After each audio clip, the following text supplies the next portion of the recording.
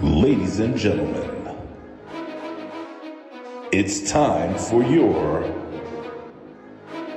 Next Level Wrestling Review with your hosts, Big Ray, and the best in the world, the Vet.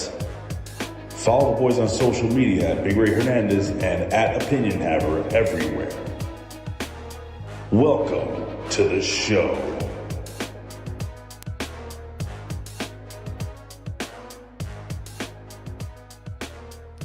Good morning, my friends and family. Good morning, good afternoon, good evening, and or good night. Ladies and gentlemen, this is your Next Level Wrestling Review. This is your NXT review show, your everyday fun day show, your hump day show. It's a little bit of everything, ladies and gentlemen. If you don't know who I am, well, I am the reporter of the people. No, I am the pundit of the people, the man of the plan, Big Ray, here to stay, to talk some lucha libre today. And ladies and gentlemen, I am not alone. No! I'm here with my co-host.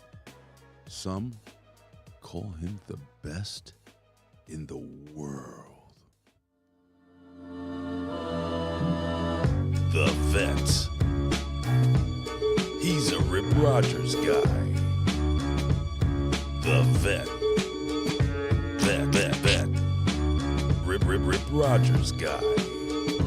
Ladies and gentlemen, you heard the guy say it. He's a Rip Rogers guy. It's the Vet, Jamie Williams. What's up, buddy? It's me. That's you. That's who you are. Here I am. You are here. So tired. Wherever I go, there I am. Vet, this week was one of those fucking weeks, brother. But you know what would brighten my day? Yes. Oh, you do? I know exactly what it would be. Well, it would be, ladies and gentlemen, if I introduce our co-host. They call him the pachyderm of the... What is that on his head? Is that a Pokemon? What is that? Is that a new toupee? Vet, please. I know Gary can't speak for himself yet. Is there any way... is he going to evolve into a giant elephant with a flaming tusk? Like, what's going on here? He just might. Well, ladies and gentlemen, we'll have to stay tuned. You'll have to stay tuned every week for the next few years. Ladies and gentlemen, it is the one. It is the only. It's Gary! And you must acknowledge her.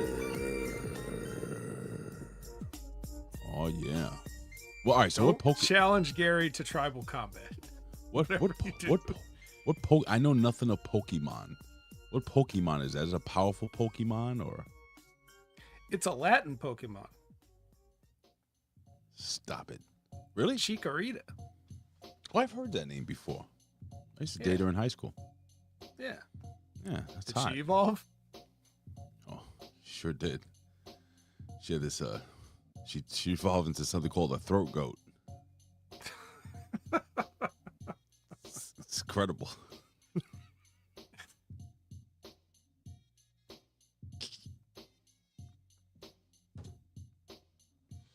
Oh, shit. You know, I'm in a good mood, Vet. It's been a long week. I'm very happy. I'm not going to jump the gun here. Why? Well, I mean, 30 years. So, New York Knicks haven't gone to the NBA championship. I wanted to briefly touch base on something. Tommy Wonder, you son of a bitch, you piece of human trash. He says I'm a sore winner. How can I be a sore winner when my team never fucking wins? That's number one. Number two, if you understood the passion and the dedication of true New York Knicks fans, people that go to this to watch, bro, I watched Frank Ntilikina run the offense. He's the next star. When they traded away Kristaps Porzingis because he just didn't want to fucking be here. I was here when, Kevin Durant and Kyrie Irving are coming to the Garden, is what Stephen A. Smith said. And they went to the Brooklyn Nets. I mean, Patrick Ewing missing the finger roll layup in the playoffs. John Starks going 0 for fucking 500 in the NBA championship. Bro, Jalen Brunson only 2 years ago breaking his hand in the playoffs. You're telling me I'm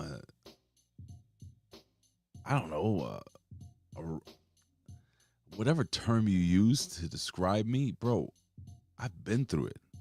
And I'm going to clarify something for all you people that understand, that wonder why I'm so passionate, especially this year, but why I've been a little extra kind of like low key about it. You know, I go throw my memes up and stuff, but I'm not crazy on every show. I'm going to be genuine with you. My little brother, Tim, that passed away only a few months ago, was a diehard. He was just as much a Knicks fan as me. And he lived his life without seeing the New York Knicks win a championship. And that's he really wanted to live long enough to see that happen. So yeah, I'm fucking passionate. Yeah, I fucking love this team. New York sucks to live in, folks. It is terrible. It is unaffordable. And right now it's immovable. Like, we can't move right now. It's impossible. Right now. And we could move. So get off my back. Let me have fun. Let me enjoy this run. Because I might never see it again in my lifetime. Is that fair, Vet? Well, I can only say that you made progress as a person, because when I first started doing the shows with you, any random mid-season win, you'd be playing music and dancing and stuff like that. And then they wouldn't, they would probably win 20 games that season, but those 20 games, you celebrated every one. And now, here they are on the verge of making history, and you're quite relatively well-adjusted now. It shows growth as a person. I'm like a Pokemon. I've evolved also into a throat goat.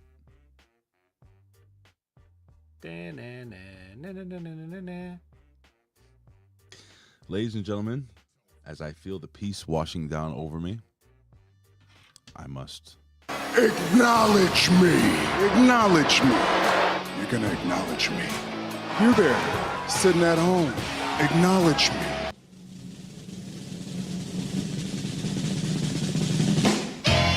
All right, ladies and gentlemen, it is time to acknowledge the chat. All our friends and family, they're here every single week. We are live here every Wednesday morning, 11 a.m. Eastern Standard Time. And I just wanted to say thank you guys for loving me, and me and the vet love you. The vet may not say it, but you could see it in his very dark, cold eyes that he has semblance of care, I guess you would say, for you. If you were dying, he may urinate on you. If you were burning alive, maybe. Who knows?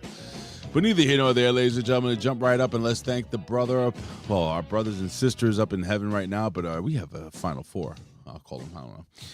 We have, of course, the man that's got the gabagool, the one and the only Media M5. How you doing? Oh, I almost dropped something.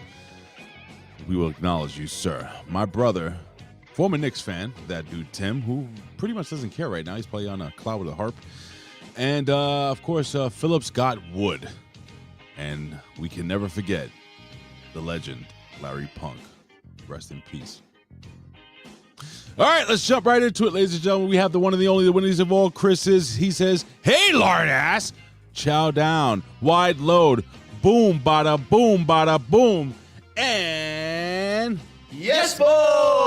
I don't know what the fuck any of that meant, but I like that little emoji guy that's like he's drinking a straight shot of Jack. Remember I said that's lard ass from Stand By Me. Oh, okay. That's what all the kids were yelling at him, making fun of him. Lard ass. Oh, what are they testing on Lab Rat today, Vet? They are testing Knicks championships. I was this close. I'm gonna pull right to the camera. See how close that is? That's pretty fucking close. I was on Fanatics, and I'm like, do I buy an authentic $300 Jalen Brunson jersey? Because I don't have a Jalen Brunson. I have a bunch of other jerseys from other players. And I said no. We're on vacation. All those other people you mentioned earlier. Pretty much. Porzingis jersey. I do have a. No, I have a. Do I have a Porzingis jersey? I think I have a. I do have a Porzingis jersey. It's in my mother's house. But I am going. You won't even keep it in your house. Kristaps Porzingis, folks. Deal with this, Mom. Shit. Maybe you I got a wash couple the of. car or something. I got a Charles Oakley jersey in my mother's house. Like, they're stored away. I have the ones I wear all the time here. Anyway, neither here nor there, folks. In 2 weeks, I'm going on vacation, so fuck that.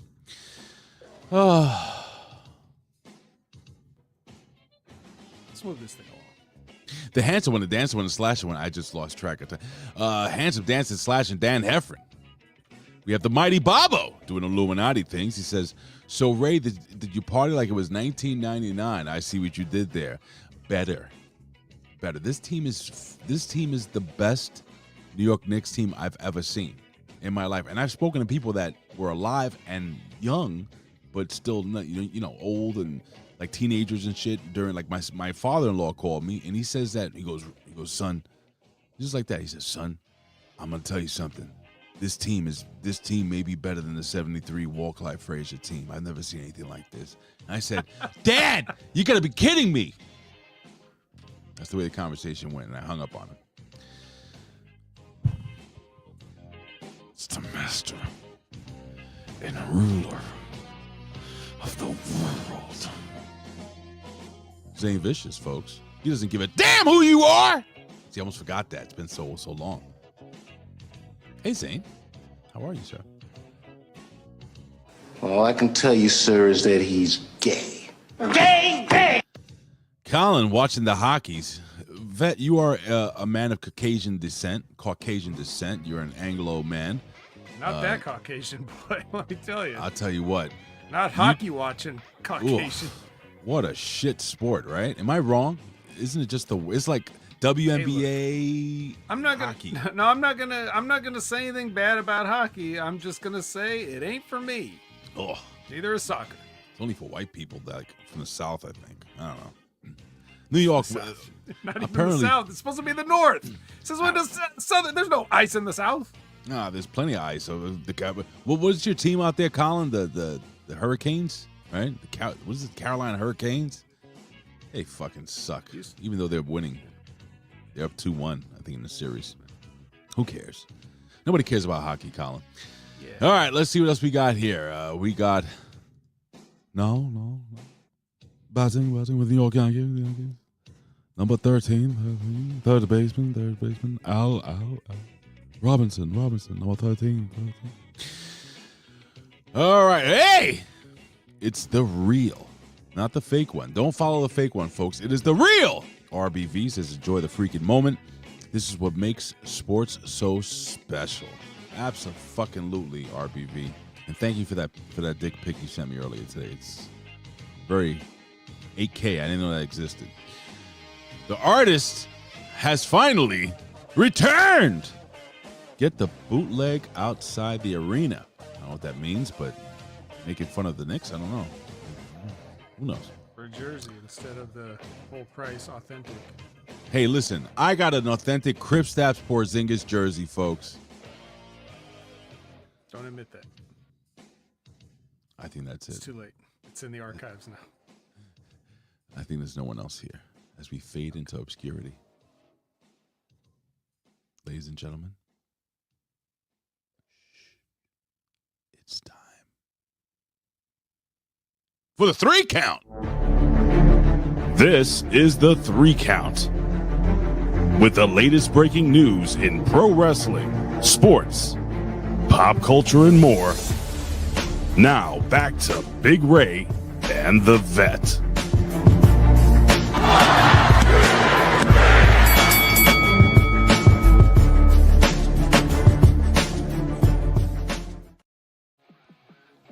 All right, ladies. Forgot Kevin Murray and Scott.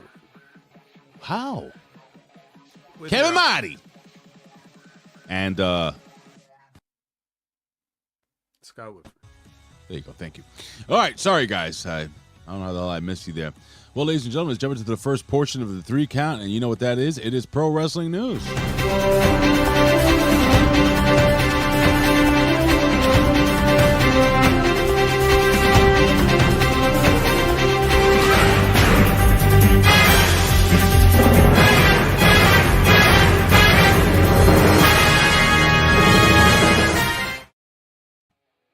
Not the 5 count vet. Not yet. We haven't evolved. We're not Pokemon. Still at the 3 count. Quick question: did you have any of those the magazine covers that I use for the news segment? Did you have any of those wrestling? Like, do you have a wrestling magazine that you really remember? I had when I was a little kid, I had a subscription to WWF magazine, but I also had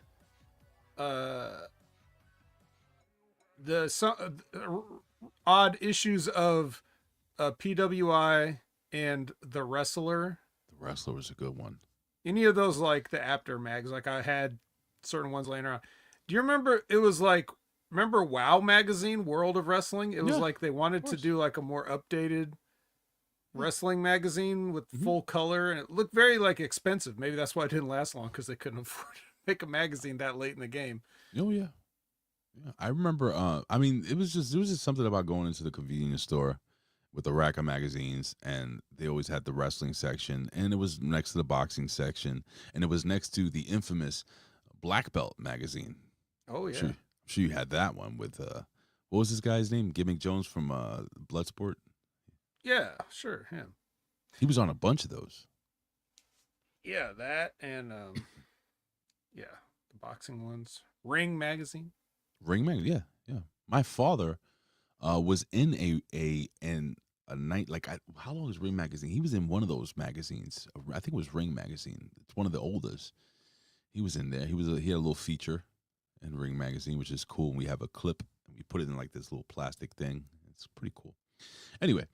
With that being said, ladies and gentlemen, let's jump into some quick pro wrestling news here. Fightful Selects says it brings word that some within the WWE believe the story of Ludwig Kaiser. We're going to do a follow-up here on this whole thing, defending his significant other after the man got into altercation. You guys may know that he said, hey, I'm going to call ice on that bitch, and so on and so forth, was a planted story. Uh-oh. Having said that, there is no heat on Kaiser backstage because he's making him a ton of money. I just added that in. And those within the company expect the charges to be dismissed. So. Wait, is it a planted story, or do they expect the charges to be dismissed? I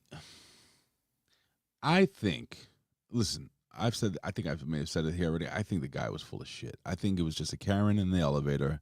Didn't like that they were making out. Maybe, I don't know, man. You know how you white guys are. How dare you? How dare you? How dare you? Yes, he took his glove off, his dainty glove. And he realized Pistols at dawn, sir. Oh, at 10 paces. Is that what they do? Yeah, something like that. Look, I don't know. I don't watch hockey. Here's the thing. Yo. I don't have a comment. I didn't have a comment for Jimmy. I don't have a comment now. I really don't care. I don't and care either. Part of the reason I can't care is because I'm hearing a bunch of different stories. Yeah, it's like you can't figure out who's telling what. Right. It's listen, we were not in the elevator. We don't know. Let me see, what is this here? Every Sunday I go to the grocery store with my stepmom, and she'd buy 2 or 3 wrestling magazines. Oh, he's talking about the I think you meant this. This is the comment you probably wanted to Oh, yeah. up. I was like, what? It was a planted story. There you go. And the county cops are in on the work. Well, this happened in Mexico, right? So. No, it was in Florida. I don't know. I don't know, folks. I don't know. But I do know of something, folks. And I do know our brother, Scott Woodford, has blessed us with a little bit of, And what do we got over here? A cup of potatoes. A cup of potatoes. Here comes the money. Here we go. Money talk. Here comes the money. Money, money, money. Dollar, dollar. Dollar, dollar. Scotty, thank you for the $2 super chat. It is $1.99 here in the chat, but we always round it up to the next various cent. And I am very appreciative. And just, I know you and Jimmy had a conversation about this on Direct regarding our boys, Enzo and Cass, being back in the company. I just want to give a quick 2 cents about that. I knew about it, like, I think a week or so before they made it, like, kind of public, because he was over there in Florida a lot. I have a friend that, you guys may have seen him. You know, I'm not gonna say his name, but he's a wrestler, and he's like, yeah, this guy's been all over Florida for the last couple of weeks. So even before they announced it, he was in Florida for quite some time. So yeah, so I am very excited, and you said exactly what I was gonna say when Jimmy asked you the question. How do you feel about them being? They should have never been released. They should have never been released. They were so fucking hot. And, I think you brought up the fact that Enzo basically made that shit mid-card, lowercase, light cruiserweight, whatever the fuck title. Like, No, I something. didn't say that. Who said it?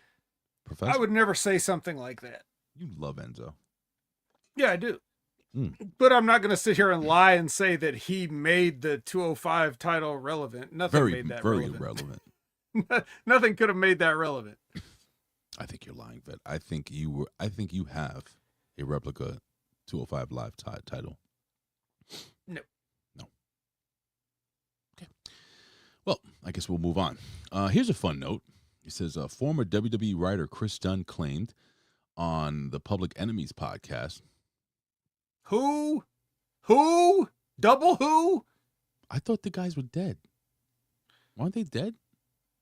They la-di-da-di-da-di, they like to party. Shit, that must be one hell of a podcast. Expensive if they're podcasting from the other realm. Interesting. Anyway. They just go to TNA, I guess. The other realm. It says that there was once a pitch for oh yeah, I saw this story. Check this out. There was a pitch for a rebooted version of the NWO, which included I saw this.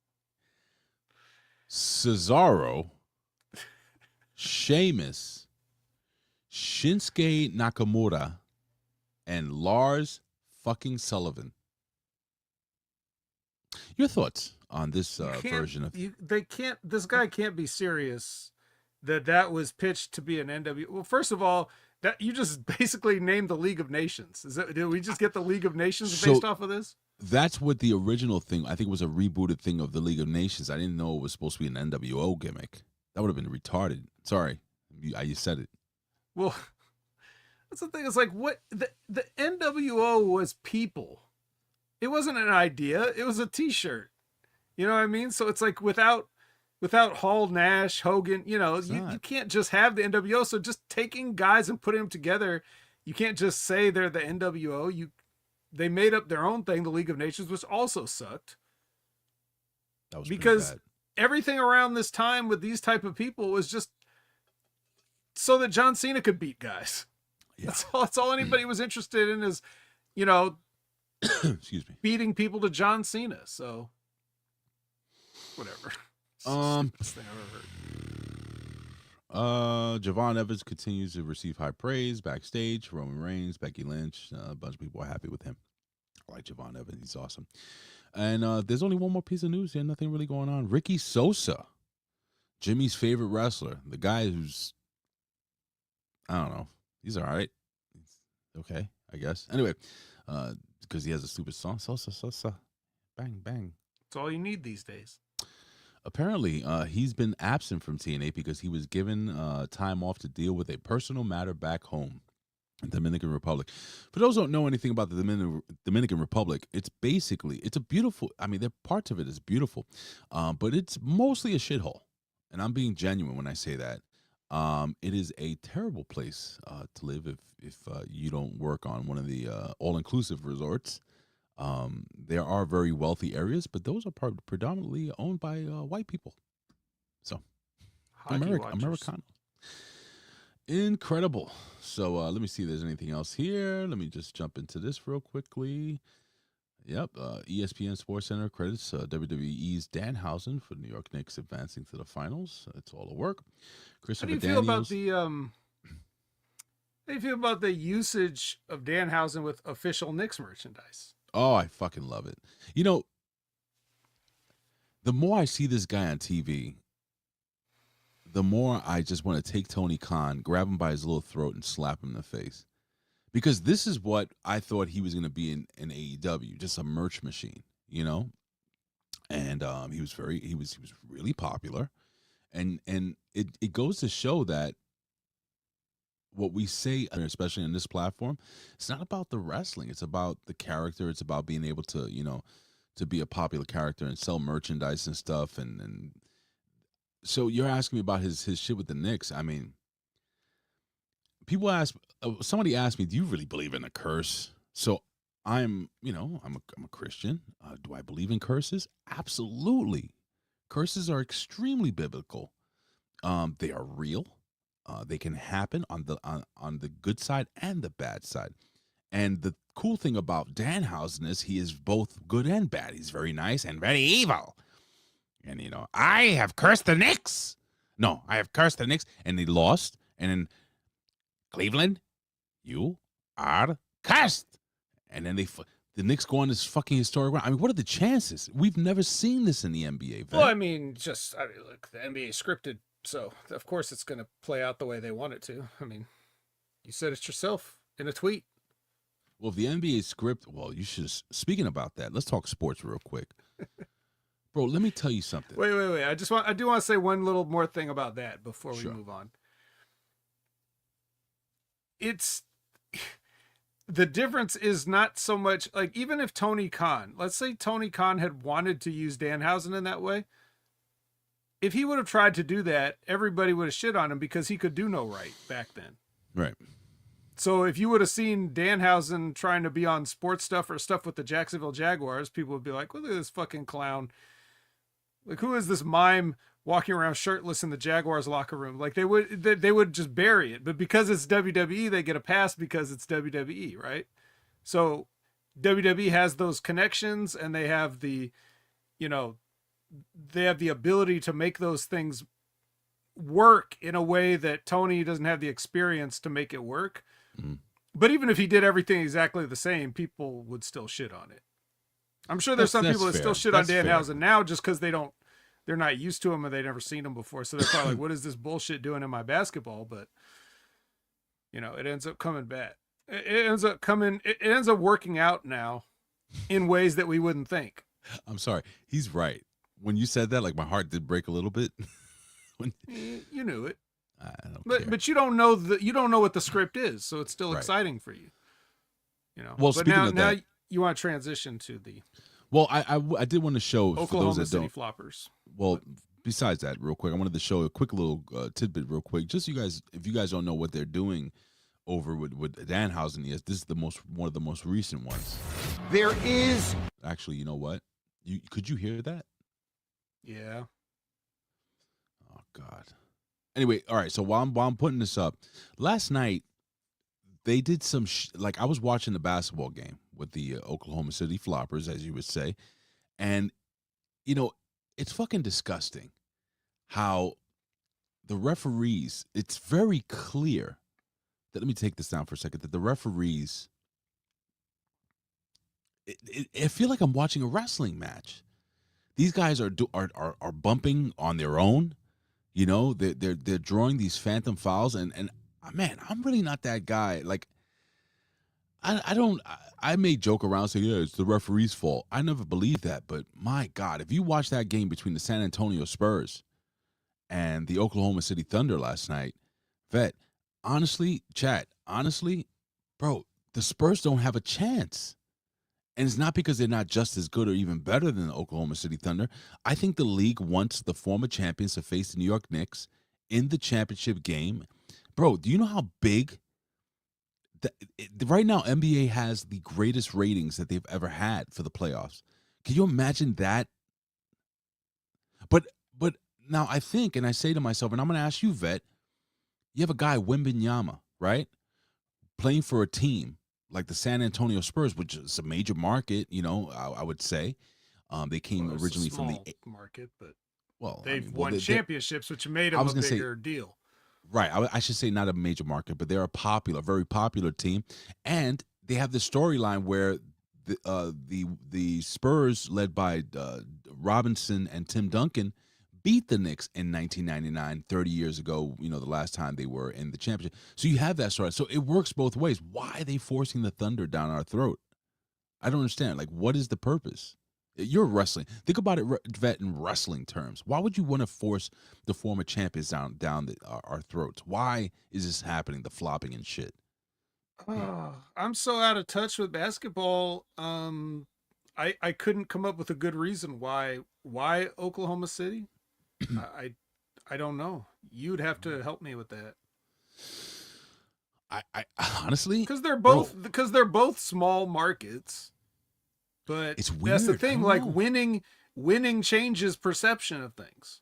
I think it's like I remember when sorry, but the Spurs, the San Antonio Spurs, whether it's with the Tim Duncan run, when shit like that would happen, Popovich and all those guys, and like Spurs merchandise would show up here.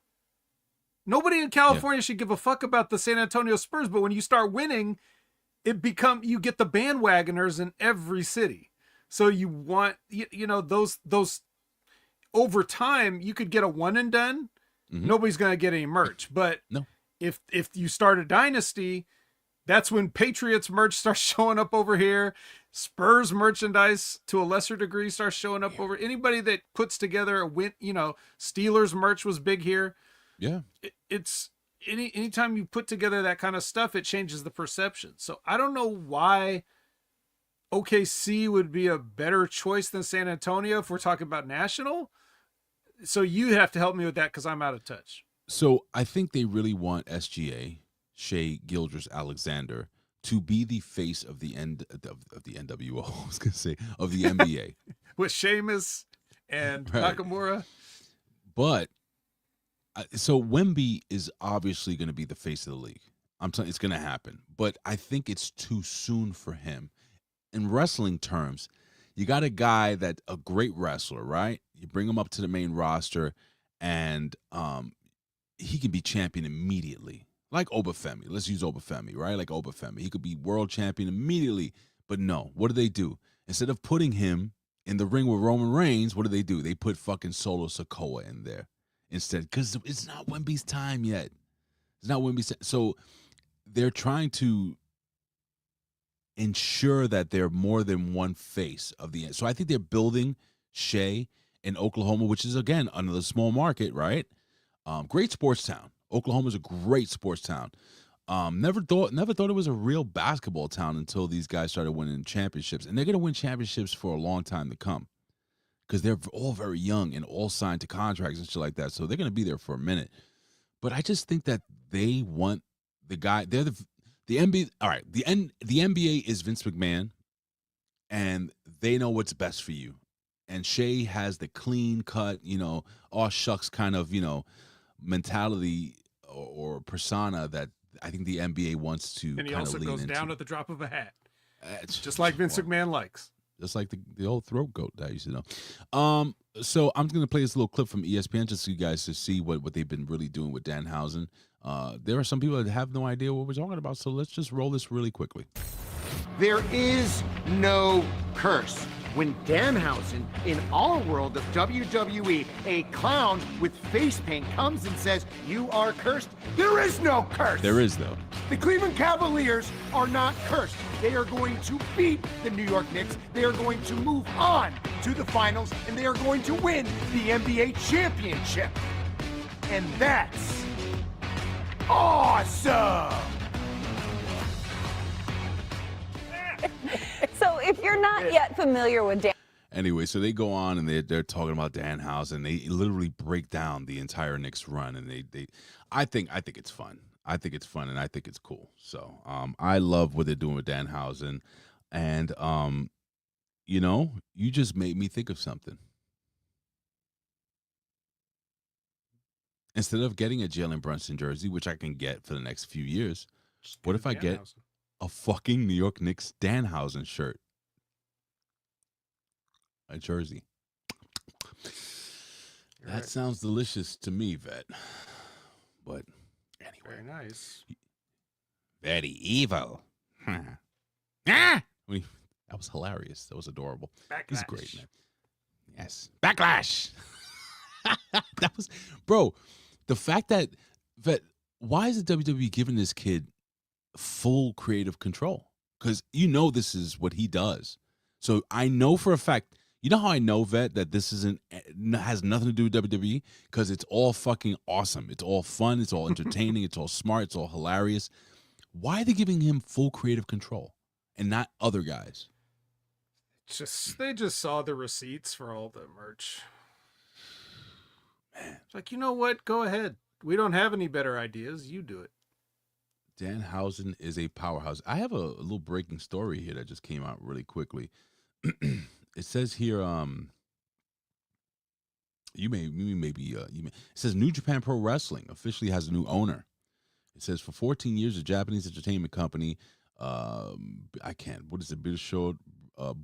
Bushy Road Incorporated has been the owner of New Japan Pro Wrestling on Wednesday. But on Wednesday, that's today, the company officially announced in a press release that it has transferred all of its shares in New Japan Pro Wrestling to the television network, TV network, Asahi, and the media conglomerate, Cyber Agent. In addition, New Japan Pro Wrestling will be functioning as a consolidated subsidiary of TV Asahi and Asahi, I think, and with joint ownership of Cyber Agent, whatever the fuck that means. Anyway, so they have new ownership. Does that mean anything? Perhaps. I believe it's just sort of cutting out a middleman as far as paying for broadcasting rights. Okay. Like I think TV Asahi was like the home of New Japan on television, whatever they would do. Because they're still doing stuff like, you know how the WWF had like the Superstars and primetime wrestling is like chopped up house shows and stuff that they made, and that's kind of how New Japan still does their TV. They don't do live TV like Monday Night Raw and stuff. They just have selected matches and everything. So I think if the network just owns the fucking wrestling company, then they don't have to pay him anymore. Interesting. Okay. I know nothing of the Japanese, Chinese karate wrestling from Korea. Basically, neither do I at this point. It's wild to hear you say that, because you've been such a big proponent the many years I've known you. So, yeah, do better.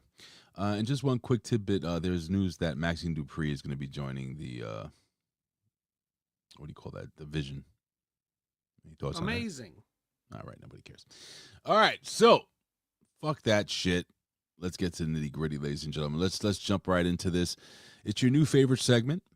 And let me just run down. Let me just check to see if there's anything in the chat I need to focus in on. Okay, the boys are talking. Everyone forgetting WWE owned by one of the largest talent agencies.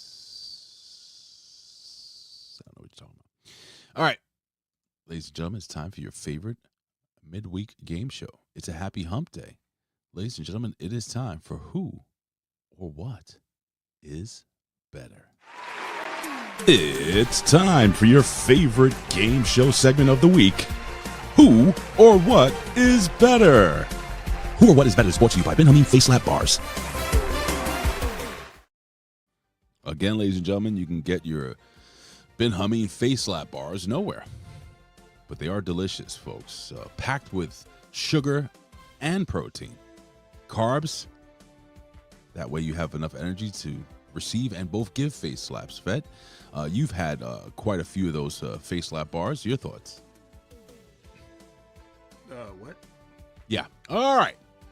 Who or what is better, Vet? We're gonna jump right into this, and like I said, Vet, every single week it'll be a little. What? Scott Woodford gave a gift. I don't know what that means though. What does that mean? It says. Hold on, let me try to click on it. It says flow state. I don't see anything here on the chat. I don't know. What is it, Scott? What did you do? It says Scott Woodford sent flow state. What the hell is that? Where? Do you see it in the chat there? Not at all. You don't see it? No, at all. Is it like a monetary gift? There's nothing on there.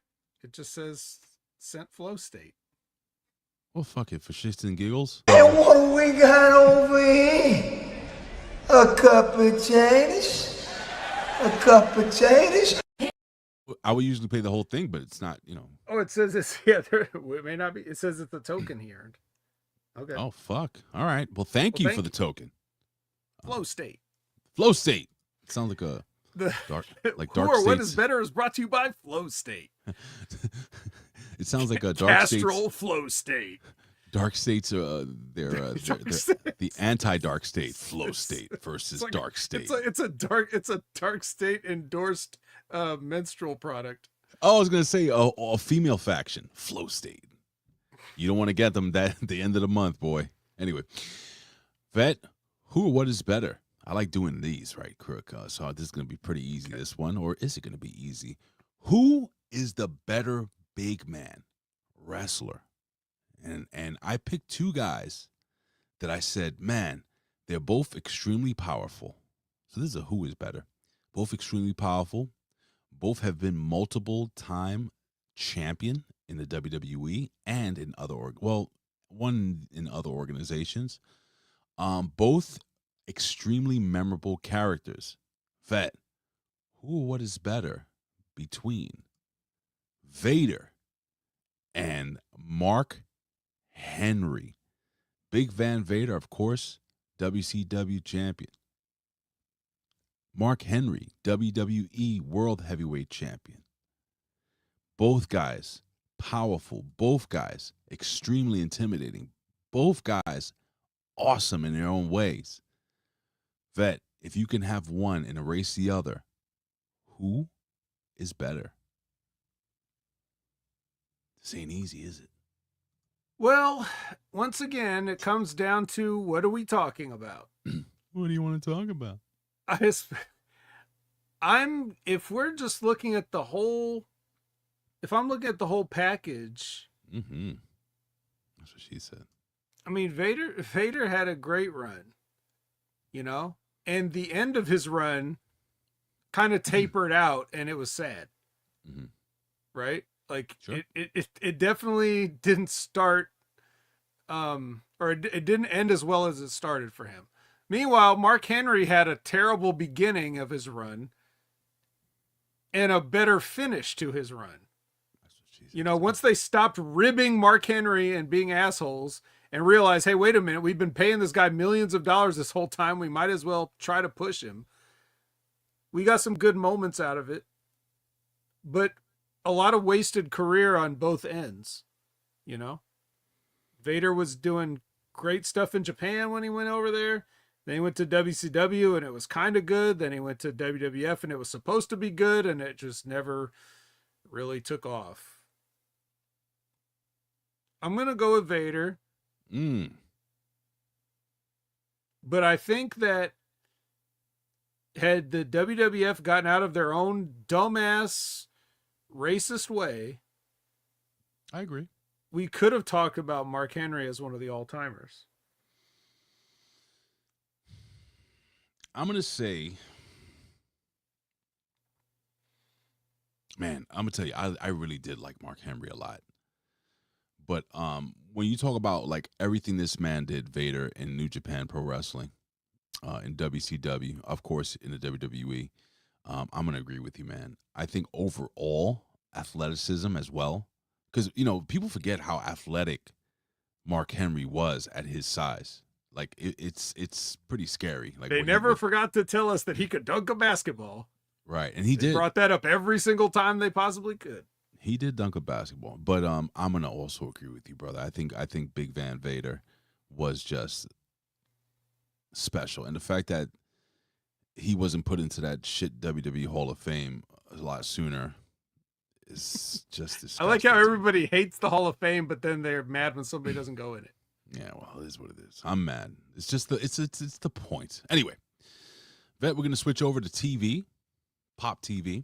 Vet, I don't even know if you watch these shows, okay. But there is a distinct group of people who think one is much better than the other. Now, one of these shows came first, and a lot of people are angry at the fact that show really didn't get over as much as the show that came after it. Let me just stop talking. Let me just bring it up here. Vet, what is better? Living Single or Friends? Now, for those that don't know, Living Single came first.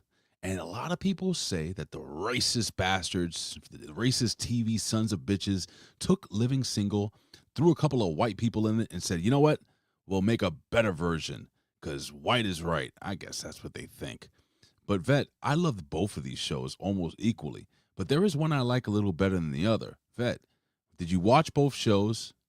And in your humble opinion, what's better? You did not watch both shows. No, I didn't watch Living Single much. I watched Friends some, not because I was sitting there watching it, but because that's what was on at the house when I was growing up. It's like that's what my parents or my mom or whatever specifically would watch. So I saw more of those episodes. Living Single, I didn't really, but it was good. You say? Can I tell you? So I've watched all of Friends, and I've watched all of Living Single. And first and foremost, the Friends theme song doesn't compare to Living Single. Oh, in a 90s kind of world, I'm glad I got my girls. With Queen Latifah rapping on it. SWV singing the fucking the background vocals on it. Bro, that shit was dope. They had the girl hip hop dancing in the background. That was actually shot a block away from my house right by the Brooklyn Bridge. It was awesome. Right in the FDR Drive. So cool. I think Living Single was much funnier, in my humble opinion. I think I don't know, man. I think Living Single was better. Now, what was more popular, obviously, was Friends. But I think anyone who grew up in that time, like right here, let me see what we got here. That's true. Artist Return says, Living Single's writer left and wrote for Friends. That's why they were similar. But Living Single was more for the culture. So I think if you were like a young person, like a Latino or African-American or somebody just, I'm not trying to make this a race thing, but somebody not white. Well, it's clearly a race thing because look at it. It is, but I love the characters in Living Single a little bit more. Even though Chandler is probably my all-time favorite, like character in that entire genre, Okay. So great show. Kim Fields was a fantastic character on Living Single as the bougie, and I love the way they portrayed this group of black friends. You know what I'm saying? Like they were still, I'm gonna use the term urban, but yet all successful. Yeah, I said it. All successful, all cool, all sexy, funny. I love that show, man. Colin says I grew up watching the CW, and Living Single was one of those shows. Absolutely, man. And Scott Woodford as a white kid, Living Single was better. I think you missed it, and you can find it. I probably did. To me, now you could tell me I'm wrong because I probably am, but from my in my youth perception, I saw Living Single as a chick show, and it really wasn't. Friends was also a chick show. I mean, a lot of we when we when we would go to school the next day and talk about Monday Night Raw, we didn't then go talk about Friends on Fridays. Like that wasn't what the dudes did. So it's definitely, I guess I just looked at it as that looks like a show for girls. I'll let the girls watch that and I'll watch dude stuff, Living Single was, I get what you're saying, but it really wasn't. Like, I think if you sat back and watched it, I think you would enjoy it, actually. I probably would, but that's how I felt. That's how it looked at the time. Right. So I guess maybe that's why I didn't make an effort. Because also that was back in the day we had to make an effort. Like you had to be at the TV at that point in time. So I don't remember what Living Single was running up against when it was first airing. That may have had something to do with it as well. Friends. Well, Friends. Was it Friends? Did they really go head to? No, they not head to head, but they were trying to get the same. I'm talking about in the time slot. I don't know, but what I did like about it was they not only had one love story, they had two love stories. They had like the Overton and I forgot what the other, Sinclair. They were in love, and you had Maxine, and you had Kyle, and it was just so good, man. So smart. One of my favorite shows of all time, Living Single. But now we're gonna go into technology, Vet. Oh, and we got two of them for you. This is where the Vet two shines here. technologies. Yep. Now, Vet, Yeah. I'm gonna ask you, because you grew up in a time where you used both of these technologies, Vet. Okay, both technologies were an innovation. How can I put this? Both technologies made travel a little easier. Both technologies were a pop, like it was like a big deal all over, not just here in the United States, all over the world, right? Vet, what is better, in your humble opinion? Now, they're two different eras. You know what? I'll just throw it up. Vet, what's more, in your opinion, what was the bigger innovation? What's better? The Walkman or the CD player, the portable CD player? Vet, think about young Vet, maybe a little young Vet, preteen with his little Walkman. You see that sports Walkman, the yellow one? Everybody had that, I think. Mm-hmm. Waterproof. But then, right, waterproof. But then later on, pretty much everybody had this CD player, the anti-skip, car-ready Sony Walkman that you shoved into your Junko jeans or whatever, the Jenko jeans, as you went skateboarding. Vet, you had them both. You used them both. In retrospect, which one do you think really had a bigger impact? Now, people will say, now, before you say anything, people, oh, yeah, obviously, the Walkman. Was it the Walkman? Obviously. Well, what do you think? Obviously, the Walkman. Why? Well, you're just changing. You're not. What you're changing, not so much the technology with the CD Walkman. You're changing the format.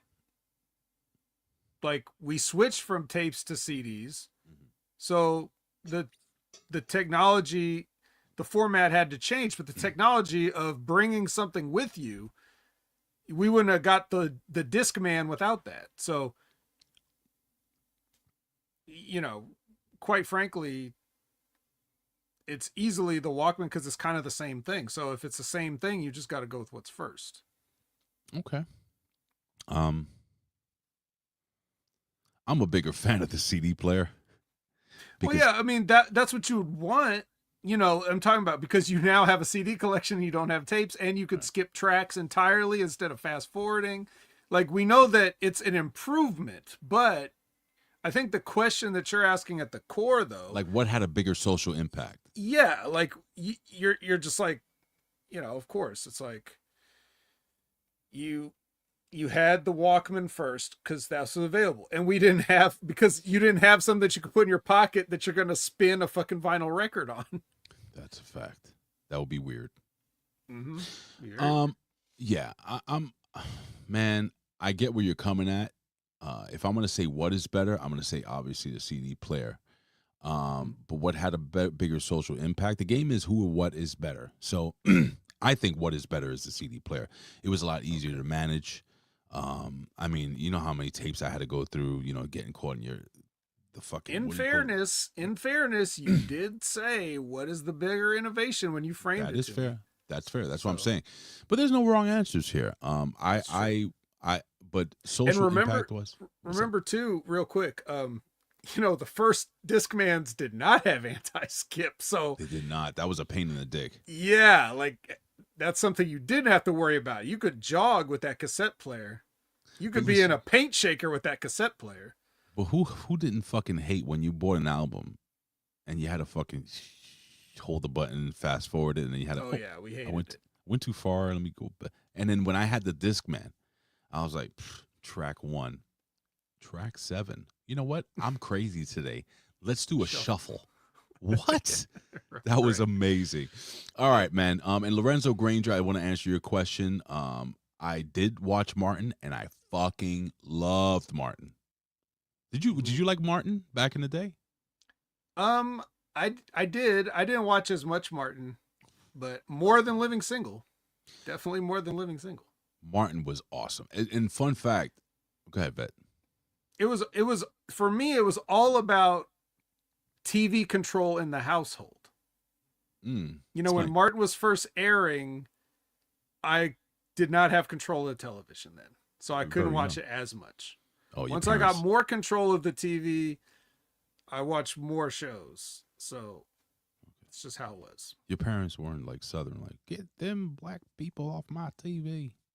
No, but they already had their built-in shows that they like to watch. Mean, bro. Of course, man. Listen, my parents weren't watching Martin either, so screw that. They were watching Sábado Gigante con Don Francisco. And but yes, Martin was dope. So now this is the final gimmick here. But I always like to throw in a video game gimmick.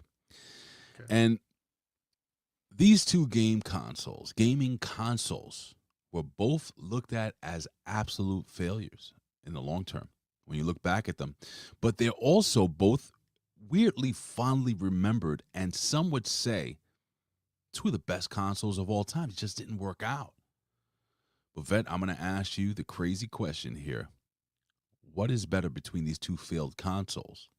And I'm going to need you to kind of get into detail as to why. Are you ready? Mm-hmm. The Nintendo GameCube versus the Sega Dreamcast. And I'll tell you what, I owned the Dreamcast, but I had a best friend that I played the GameCube on all the time. And he went crazy when that first Zelda game came out. Remember with the fucking flute and shit? Vet, this ain't easy. It ain't. But I'm going to ask you right now, man. What's better? Dreamcast or the Nintendo game? Both failed. Vet. Well, they failed. They were considered, look, they were considered failures in a way, but you know, the Nintendo GameCube was considered a failure based on what Nintendo projected to do. The Sega Dreamcast was the final system that Sega ever released. Mm-hmm. So you could think like, oh, well, that finished Sega off, right? Here's a couple of things about the Dreamcast. On a personal note for me, that controller was horrible. It was the shits. Did you have the first one or the second controllers. There's only one. No, they came out with a smaller second one that came with the Dreamcast. That's the one I got. You think of the Xbox? No. The Dreamcast had one controller. No, bro. The Dreamcast came out with a smaller controller. I know for sure. Well, whatever. What was the second? You know what? Let me think. Maybe it was a second party. Yeah, I don't think Sega ever released another controller because they needed the controller to be a certain way for their... Oh, for the fucking gimmick that you put in there. They had a visual memory unit, which was like... Okay, so they had that innovation of like a memory card that had a display on it, you know, that you could take it out, you know, put it in the controller, whatever. But the controller itself was horrible. The D-pad had sharp-ass corners. And it was just awkwardly shaped, and the buttons were just, I don't know. It just wasn't good. The triggers weren't good. Bad controller. But the real thing that killed the Dreamcast, Ray, is the fact that they did not have proprietary technology. This was CD-ROM technology, and there was no way to copy protect this. So once you had a CD burner, you could burn Sega Dreamcast games. I know. I know. End of story. Mm-hmm. How are you supposed to make money on that? So that's what ultimately killed it. Otherwise than that, they had a lot of great first-party Sega games. Don't forget the first online. You could play online. Yeah, online, which was pretty new at the time. But the game thing killed it, and also they made a lot of one-off plastic peripherals. You know, like when the bass fishing game would have its own controller.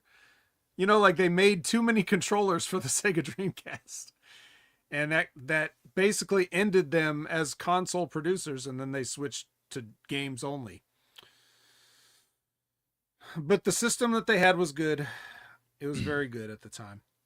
GameCube solved the disc problem by making their own weird disc that could only be a GameCube disc. You could never find another disc like that for anything else. Right. It was like that big, right? Small. Yes. And so, but Nintendo didn't embrace some of the things like the internet technology. It took them a long time for them to take that really seriously. And they still half-ass don't take it seriously sometimes with the internet, even today with the Switch 2. It's better than it's ever been, but still not perfect.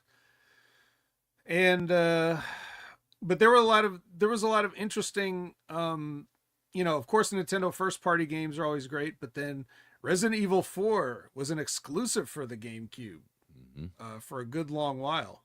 And don't forget that 2K, could have been a big system seller. The 2K sports games, NBA 2K and NFL 2K, were exclusives to Dreamcast at the time, which were mind-blowing at the time. Yeah. Yeah, the Crazy 2K Taxi. sports series were great. It really made an effort to make the sports game like a broadcast. So I'm going to overall, just on look a down personal real quick. preference. Look what he's bringing. What Kenny F and Powers is bringing up, because that's a good chunk of games that I loved a lot. Yeah, a lot of good fighting games on there too. Or were those fighting games were like the first fighting games to actually be arcade perfect. Because even the Saturn and PlayStation versions of arcade fighting games had to be compromised somewhat. I had the Saturn too. So yeah, for a personal note, I'm going to say the Dreamcast was better. Yes. You are correct. You are correct, Ed. Yeah. But I mean, I'd be willing to hear an argument for the GameCube because it had a lot of great games. Nope. Like the Resident Evil I mentioned. I think Mario Kart Double Dash is still the best Mario Kart game. Mario to Kart date. 8. I think 8 is better.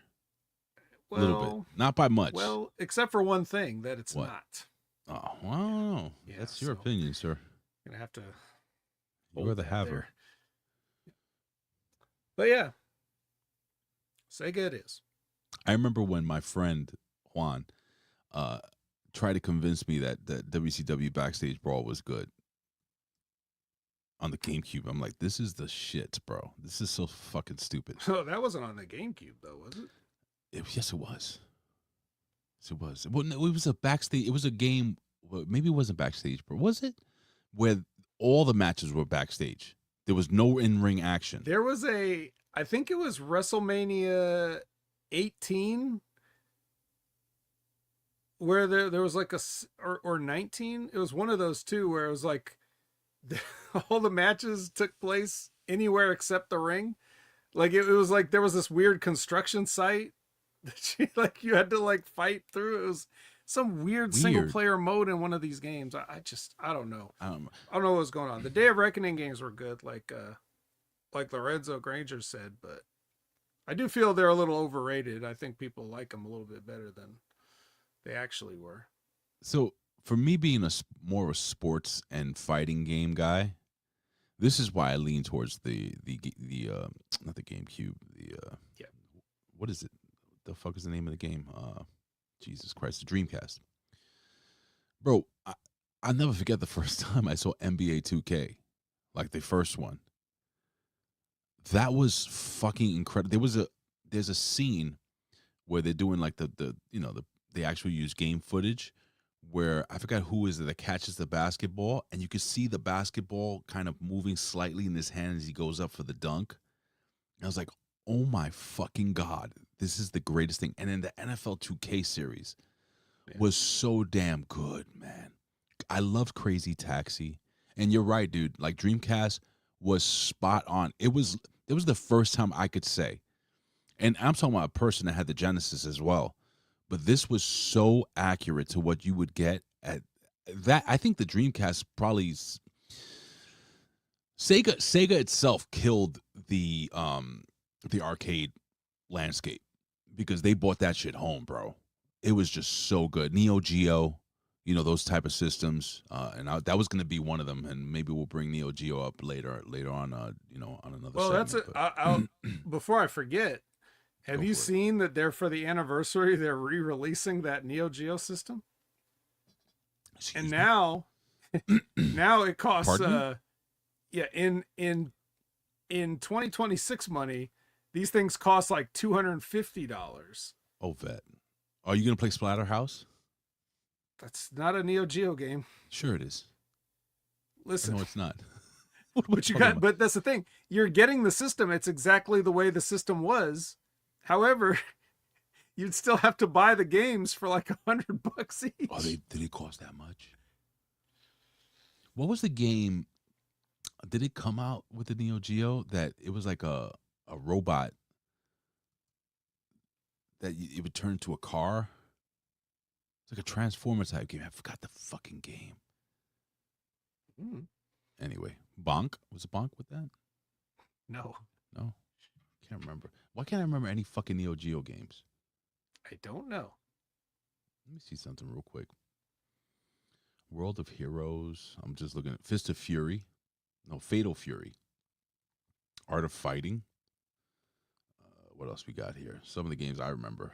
I'm just running through a list here. Blazing Star. That was a bike racing game. I remember that. Man, Yeah, a lot of these games you could buy on your modern systems for like $8. I want to see what that number. Fatal Fury Special. Okay. All right. But this would be. This is going to be. It's going to be a piece for collectors. That just maybe it was their dream to own one of those $600 Neo Geo things back in the 90s, and they never could, and now they can just have it just so they can say I have it. Oh. What was it? Was it Baseball Stars for Neo Geo, or was it just baseball? I think it was Baseball Stars, right? Baseball Stars 1 and 2. And they had like 2000 or some Super Baseball 2020, I think it was called. Fucking amazing. I was amazed by it. Not a Neo Geo game. It wasn't a Neo Geo game? I thought it was. Let's move on. Anyway. Well, ladies and gentlemen, with that being said, it is time. Oh, let me hit the gimmick here. Gimmick. Vet. So it's safe to say that we have solved a great problem in the world. What's better? So we got the CD. We got the tape deck, the Walkman over the CD player. We have the Neo Geo. Not the Neo Geo. You know what? I can't even think.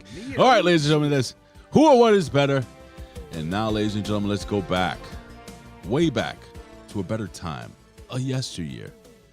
Ladies and gentlemen, it is time for this day in professional wrestling history. Hit the music, folks.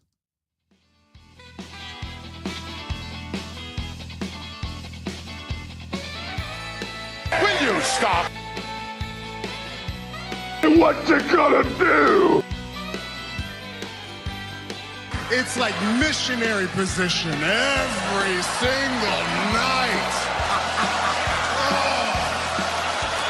All right, ladies and gentlemen, we are going back, way back. Ladies and gentlemen, it is May 27, 1980-something. Yes, we're going back to 1988, and the vet was there live. Yes, he was live in Sendai, Japan, as Owen Hart defeated Hiroshi Hase to become the IWGP Junior Heavyweight Champion. Vet, tell us about that match and tell us about the feeling in the crowd while you were sitting there live in 1988. The age of You could 5 feel or the 6. electricity in the air, when Owen Hart came away with the victory that night. No one expected the Gaijin to be able to pull it off against the legendary Hiroshi Hase, but they had never seen the AKA Blue Blazer before, so he came in a blazing, boy, and let me tell you something, brother. He was in a Blue Blazer gimmick at the time, huh? No, no. Oh, okay.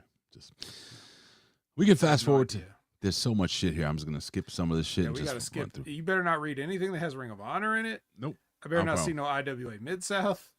We got Triple Mania, Never heard of it. 1994. That happened. Hair versus hair. Conan defeated. First one ever? This is Triple Mania 2. Second one ever. Yeah, this one, this is in the main event. Conan defeated Jake Roberts 2-0 in a hair versus hair match. I don't know if you remember. Pretty that. good. All right, this is a big one here. 1996 vet during WCW's first ever 2-hour Monday Nitro. All Nitro episodes were an hour long. Everybody knows that they were pre-taped, so on and so forth. One of the most impactful debuts in wrestling history took place in the middle of the match when the Mauler, Steve Dahl, the Mauler and Steve Dahl, that's when Scott Hall kind of just walked out and said, "You guys know who I am, but you don't know why I'm here." And people were like, "Get him out of here. He doesn't work for us. He works for the WWF. What the fuck? What the fuck is going on here?" That's Tony Schiavone, still with the same gimmick. Vet, Yeah. do you remember where you were? Do you remember watching this live? And what was going through your mind? I was in my living room. And what was going through your mind? That's Razor Ramon. He doesn't work here. Get him Right. out of here. Right. Did you say that? Did you say, "Get him out of here, Tony? Get him No, out of I here"? I don't recall exactly what I I must do. have just been stunned. Like, what am I watching? But, yeah, the way they did it was so cool. You think about the way that would be done today. This guy would already have music. He'd already have pyro. He'd already Right. have a whole video package on the wall. And then the announcers would be like, that's Scott Hall. Like, they would, they wouldn't say Razor Ramon. They wouldn't do anything that made it sound like, realistic in the slightest. They would completely ruin it. But yeah, you said, who did you say was in the ring? I swear to God, one of those guys was Mike Enos. It was the Mauler. The Mauler. And, yeah, the Mauler. I forgot what was his real name? Chat. What was the Mauler's name? I forgot his name. The Mauler versus Steve Dahl. Were they really calling Mike Enos the Mauler? I could have Was it sworn Mike he Enos? was mean Mike Enos at that time. Let me see. Yeah, it was Mike Enos. They were calling the Mauler at the time. Really? Yeah. It was I don't recall that at all. Yeah, I do. But I remember watching it, Vet, and I remember saying to myself, "What? How?" Like, He doesn't work here. Yeah, I couldn't. I was like, "Get him out of here." Anyway. Well, you were not like that. You No. definitely didn't want them to get him out of there. Bro, I remember after watching that one WCW show, I was fucking hooked. And I said to myself, I need. Like, I remember, bro, dude, I remember, like, watching WCW at that time and just being deflated when the show went off the air. Being like, God, I got to wait a whole fucking week for this shit. Amazing. This is an amazing time, kids. Amazing time to grow up as a wrestling fan. Sure wish me and Vet were doing Next Level during that time. I'm going to skip this XPW bullshit. Let's go to 2002. Monday Night Raw was in Edmonton, Alberta, Canada. Terry defeated Stevie Richards to become the new WWE Hardcore Champion. Terry Reynolds? It just says Terry. I think so. Okay. But Richards then won the title right back. In the main event, Rob Van Dam defeated Eddie Guerrero in a ladder match for the Intercontinental Championship. What a match, huh? I don't even remember that match. I'm going to say, what a match. We're going to fast forward some of this 2006 bullshit because it's just all a bunch of indie stuff. Chikara and this other stuff. 2007 Chikara, nobody cares. 2011, another indie. 2011, another indie. 2012. Okay, let's go here. Day 8 of All Japan Pro Wrestling 40th anniversary. Skip it. FIP Accelerate in Orlando. Oh, okay, let's read this one. Now, this is an indie, but let's read this one. FIP Accelerate was in Orlando, Florida. And there was a guy named Donovan Danhausen became the new FIP Florida Heritage Championship in a 4-way match against a bunch of guys that I don't know who they are. The only guy that he did wrestle there that I do know is Lince Dorado. Yeah. Lince Dorado, yes. Yeah. We had Caleb Conley on the card as well. He was the champion at the time. All right. Hog Wrestling, we're going to skip that. Ring of Honor. All right. Let's go to 2018. Yeah, Ring of Honor. Ring of Honor United. I don't know what that means. This is in England. All right, I'm not going to skip that. This is the people I don't fucking know. Day 5, 2019. We're almost done here. 2019. All Japan Pro Wrestling Superpower Series. I don't know any of these. But Tajiri, he became a double champion. Great. All right. This is it. Sorry, guys. Short back in the day this week. 2020. The year of COVID. At a taping of NXT, El Hijo de Fantasma defeated Drake Maverick. You may have heard of him. Some people may call him Rockstar Spud. In the finals of the NXT Cruiserweight Championship tournament to become the NXT Cruiserweight Champion. After the match, Fantasma. Go ahead, Bet. You have something to say? No, you can finish reading this. Or you were just sighing. After the match, Fantasma was revealed to be in a league with 2 mystery luchadors at after plaguing NXT. It says they were revealed as Raul Mendoza and some guy named Joaquin Wilde. Weeks prior to the match, Maverick had been released from the WWE but started crying like a bitch on social media and got his job back. This ended up being a storyline, which they all made fun of Drake Maverick for being such a bitch, crying like a little woman on social media and getting his job back. At the conclusion of the match, NXT executive Triple H came out down to the ramp to present Maverick with a contract to work on the black and yellow brand instead. Vet, how salty were the tears of Drake Maverick, and who are these other guys, this Hijo guy and these other boys? Oh, so salty. Well, the funniest part about it was that it was a so they had booked a tournament, and then they fired him.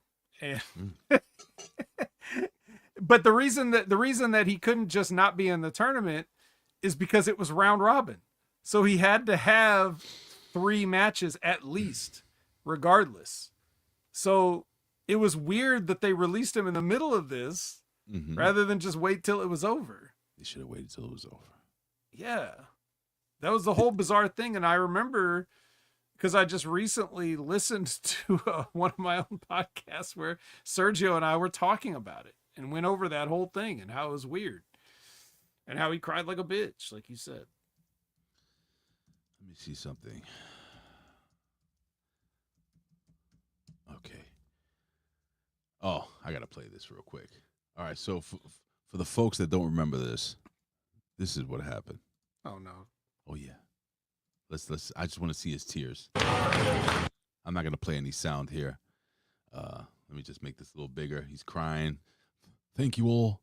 Right? He's talking Wait, this shit. this isn't the video, though. This is This is it. This is the one. This is when Watch. He made his own video when he got released. There was right. But I was talking about where Triple H comes out, right? He's crying. He thinks it's all over. And Triple H is like, hey, little buddy, I'm going to give you this NXT contract. Hell yeah! You have a job. And he's crying there, and he says, I want you to sign here. You're going to be released in a couple of weeks, but you can make a few more payments. Oh, God. This is, you know what? Let me take this down. He went on to manage Authors of Pain for some reason and also be the general manager of 205 Live. And don't forget, he pissed himself live on TV. Yeah, that too. Jesus Christ, Vat. This was horrible.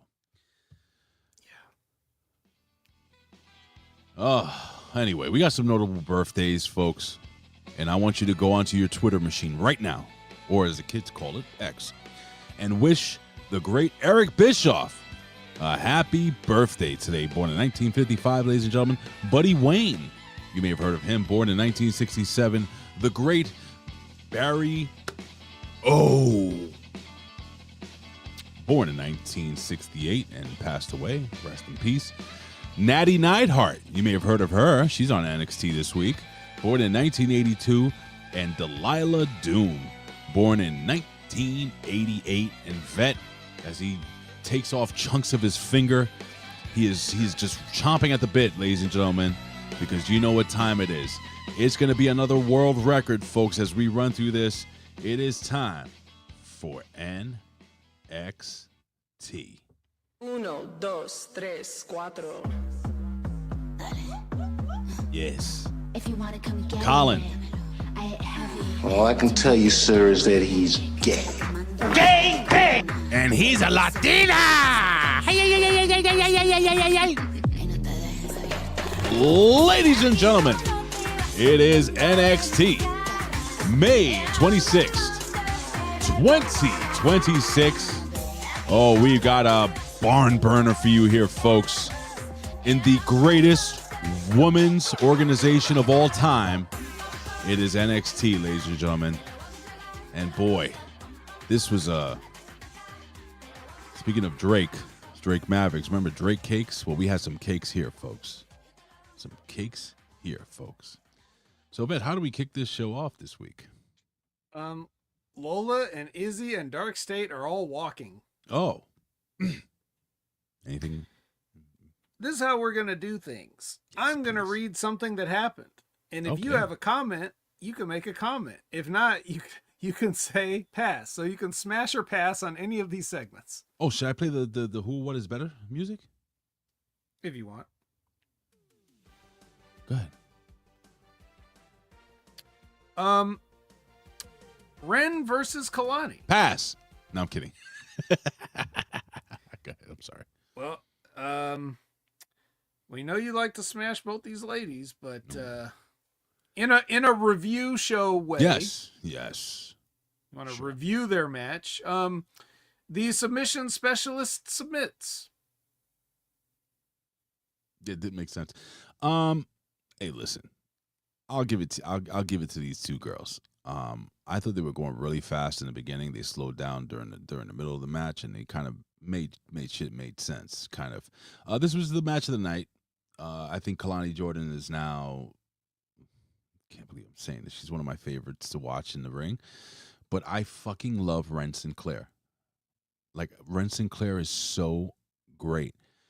She did a great job at selling the leg. I really thought that.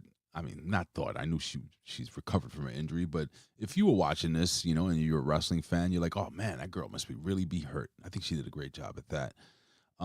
Didn't mind the finish. I think it was she got hit with that death lock, but the thing is that it makes sense. She has an injury, or she's recovering from an injury. Kelani did a great job at attacking the leg the entire match. And it was hard hitting. It was fun. I thought this was a really good way to start NXT. But Vet, you tell me where I'm wrong.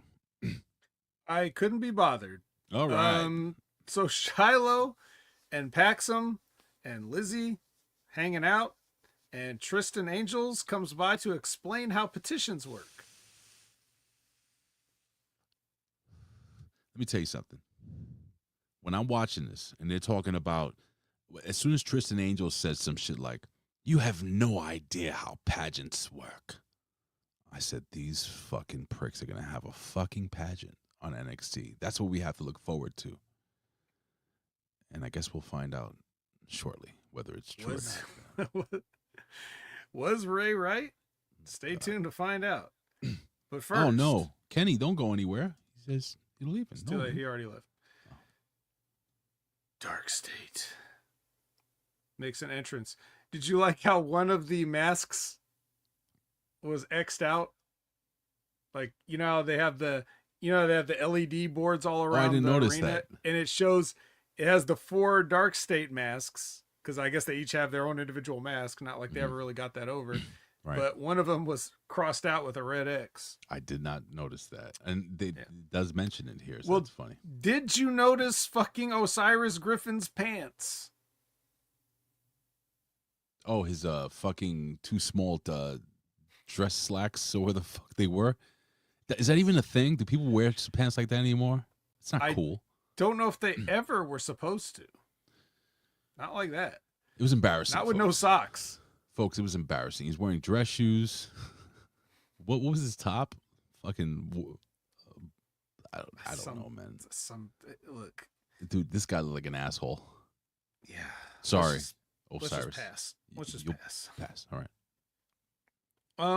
Lola Vice comes by to I like try her. to cheer up Wren Sinclair, and Callie Armstrong is like, psh.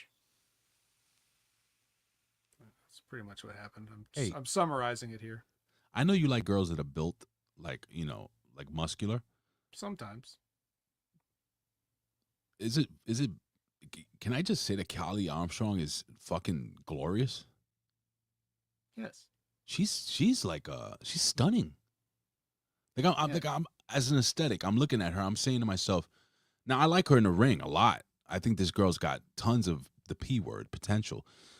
But I'm looking at her. I'm like, God, that girl is really good looking. And you notice she's not wearing tons of makeup and shit like this, just natural beauty. Just saying. This is for the guys. So, Callie Armstrong, vet, is she one of your top ones here now? Or She's one to watch. She's one to watch, folks. Well, what do you think about the P word for these guys? Shawn Legacy versus DVD. It's Dorian Van Du. Sure. They have a speed match Broadway. It goes the full 3 minutes, folks. Like me on my wedding night. Listen, Shawn Legacy is fucking boring to me. I mean, he is a flipping cheese sandwich. Nah, fuck that. The Dorian Van Dukes, the Dorian Van Dukes guy, I like him. He's got a little edge to him. I like the whole the size of a cruiserweight but hits like a heavyweight thing. I like that. He's got something. I don't know what it is, vet. I can't tell you. Wait, did you figure it out?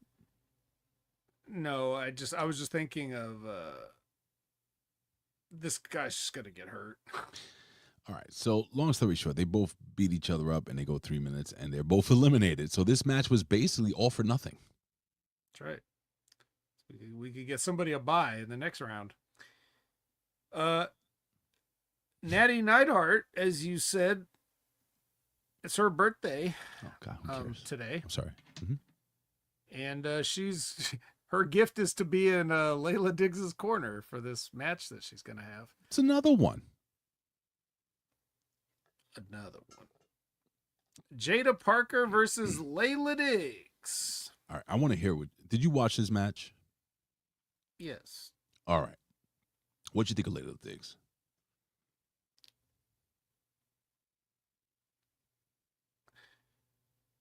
Another one of these college athletes with no aptitude for wrestling, huh? You know what I thought when I saw her? Bro, I'm like, are they trying to hear me out? Are they trying to recreate like a kind of Sasha Banks-ish a little bit? A little Sasha Banks, a little bit. Kind of like a Sasha Banks light. Like a diet Sasha Banks with a twist of lime. Well, she seems larger than Sasha Banks. Well, she's got some big legs. Was it? They said she was track and field, so. Oh, that's why she has big legs. I didn't know that. I don't know. Right. Pay attention to that shit. So she's built, but I mean, what does that the character, mean? So you her run, movements, her you fucking run, dancing. so you should be a wrestler, right? I didn't see anything in this that was going to indicate a future for her. So we'll just have to keep an eye and see. She wasn't terrible, folks. It's just she was going 100 miles an hour.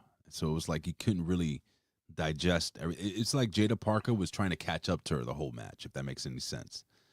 Jaida Parker's a pro. Jaida Parker's going to be a main eventer one day. But Jaida Parker's a blind leading the blind. I hear what you're saying, but Jaida Parker has, I think out of these two girls, Jaida Parker has. What's up with her wearing this bandana now? Like, oh, she's more a thug, street yo. cred. She's a thug, yo. That's what's up, homie. From the mean streets of what was that place? Fucking Happyville, Florida. The soccer/yacht club. Sarasota, Florida. I don't know. Yeah, let's get out of here. Get Get out of here with both these women. You and Anyways, your big old butt cheeks. Get out of here. yeah, get out. Did you notice her butt was Actually, like all no. covered now? Yeah, Like, why do they do that? Just covered her butt. The best part of the With pizza is pants? like it's like ordering a cheese pizza and they remove the cheese. You ordered yourself a bread pizza. It's a bread and fucking sauce. All right. Well, anyway, ass to mouth and a choke bomb. I guess. Matt Bloom was like, "Hey, you know what? Nobody uses anymore. My move. So I'll give it to a 5'5" girl." That's right. Okay, the old what did Prince Albert call it? The the grape ape bomb. Grape ape. Whatever. Grape ape, Who grape cares? ape, grape Why are you doing that? It's not a move for you. It's not.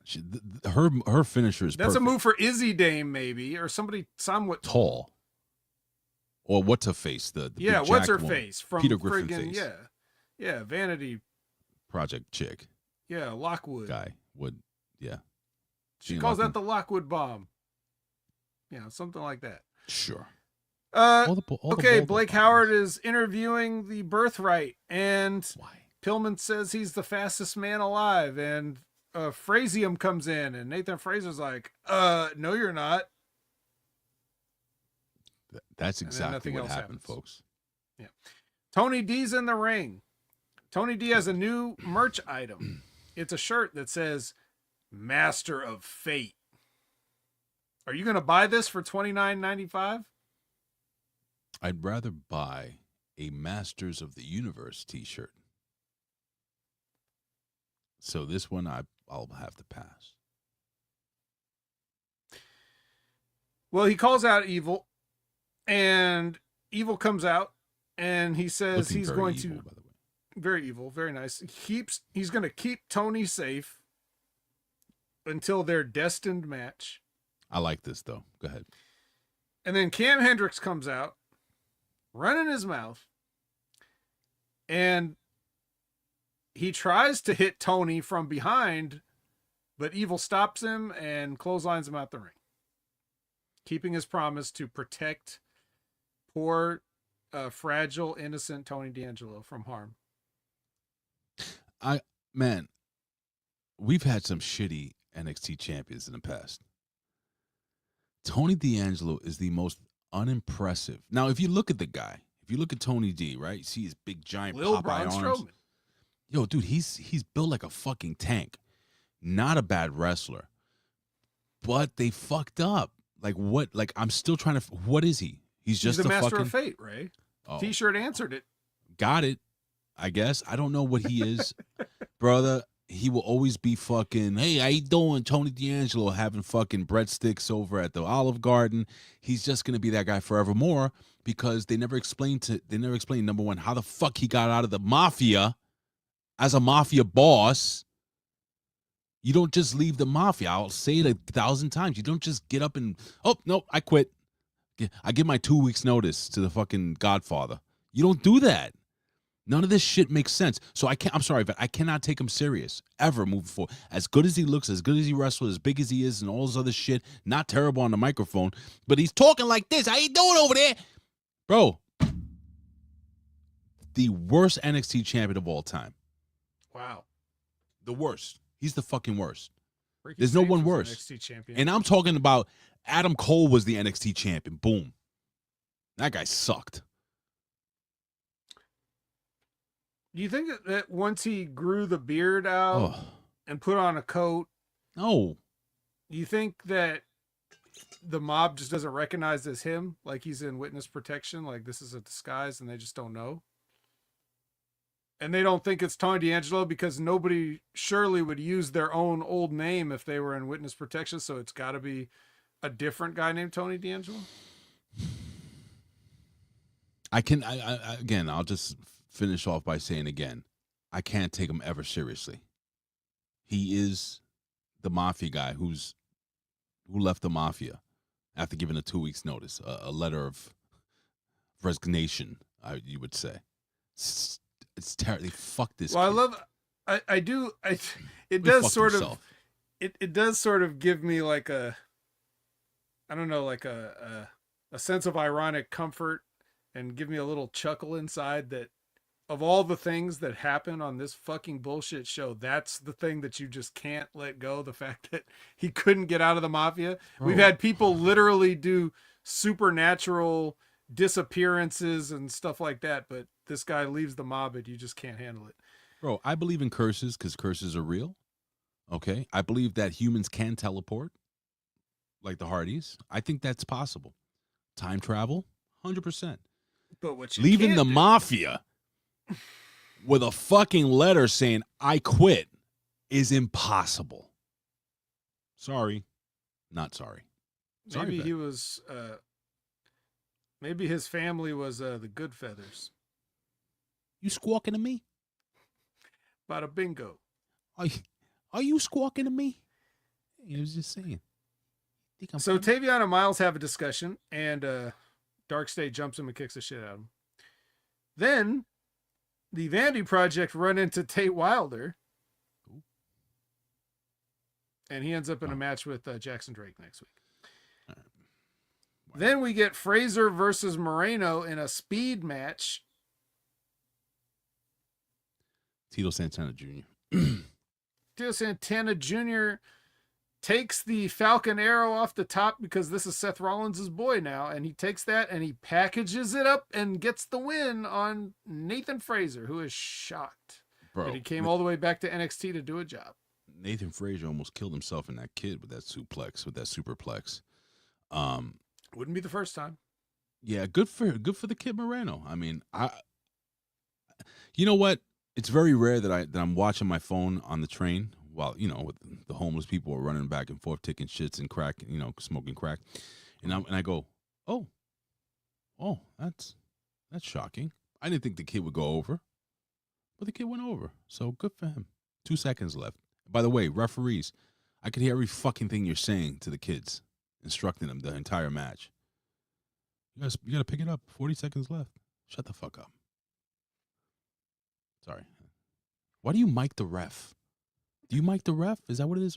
I don't know. I don't know. Well, I think this just the floor cameras are probably that good. Yeah, but WWE's always had loud mics underneath the ring, right? To make the ring I don't sound know, louder. Maybe. No, they do. I know that, but That's what I'm they just said on the. Yeah, they also have stunt grannies, according to that Secrets of Pro Wrestling thing. Look, I don't know. They have grandmothers that do stunts?